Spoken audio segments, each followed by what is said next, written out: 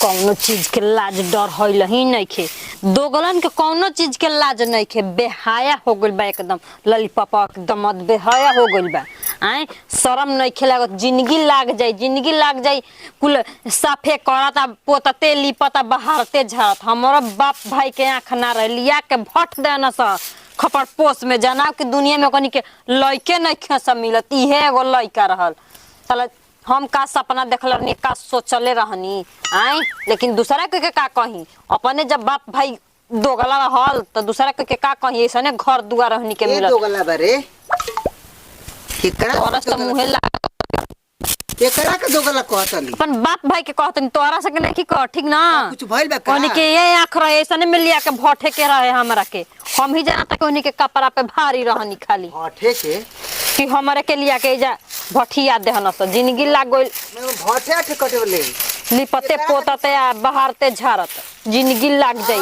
कहियो भाग ना होई कि हाँ घर बन जाई पक्का के घर बन जाई छत पे आदमी चढ़ जाई। अब पता चलल कि कुल मिली गंगे जी में गोइला के बादे महल में रहबू ने। ए डार्लिंग ना भिखारी रह कटोरे लेके जा भीख मांगे आव फलाना तू दतनी फचिला ना तू दतनी भीख दे दो हो भैया हमरा के भीख दे दो कटोरे लेके जा मांग। मड़ैया में उ महलिया में नहीं खे उहे ना कहतनी कि दे कटोरा जाके भीख मांग। मारा चार जितना ताना मारो तरी तब मारा बरवा के कुछ घुमागे ना दिमागवा होश में हो जाई।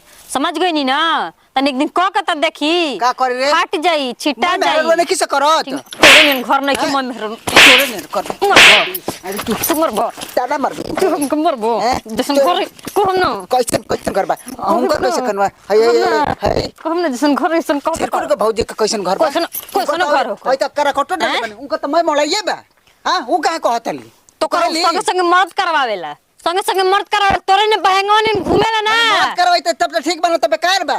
हां बेकार काहे ने के बेकार चुप रह काहे ने के बेकार हैं बा बेकार बेकार बा दोगला कहीं के भीख मांगा भिखारी कहीं के भिखारी कह दी रे के खियावत अपने के खियावत अपने लाज लगता अपना के बेरी लाज लगता मुंह में करके पताता करके पताता दाल भात हमारा बाप तेरे घर ना मिलत रहे। हां रहब जइबे करबो जे जो ओजे जाइब तोरा के भिखारी के थोड़े नहीं रहत हम भिख मांगा भिखारी कहीं के एकर निक त बोल मार के फोड़ दे ओकरा एकर निक भिखारियो बनस कु दू पैसा चार पैसा खाता न स आ मांगत न स कि ठीक ना तोरल बेसी भिखारियो निक बनस ताना मारबी हमार अब जंगर चोर कहीं के जंगर चोटा कहीं के भिखारी मकचूस कहीं के रहे महल में तू रहबा तू देखबा तू तो देखा ना वैसे कहतनी कि भिखारियो निक बनस जंगर चलावत न से अपन कि जंगर चला के अपन परिवार के छे तो हम का करतनी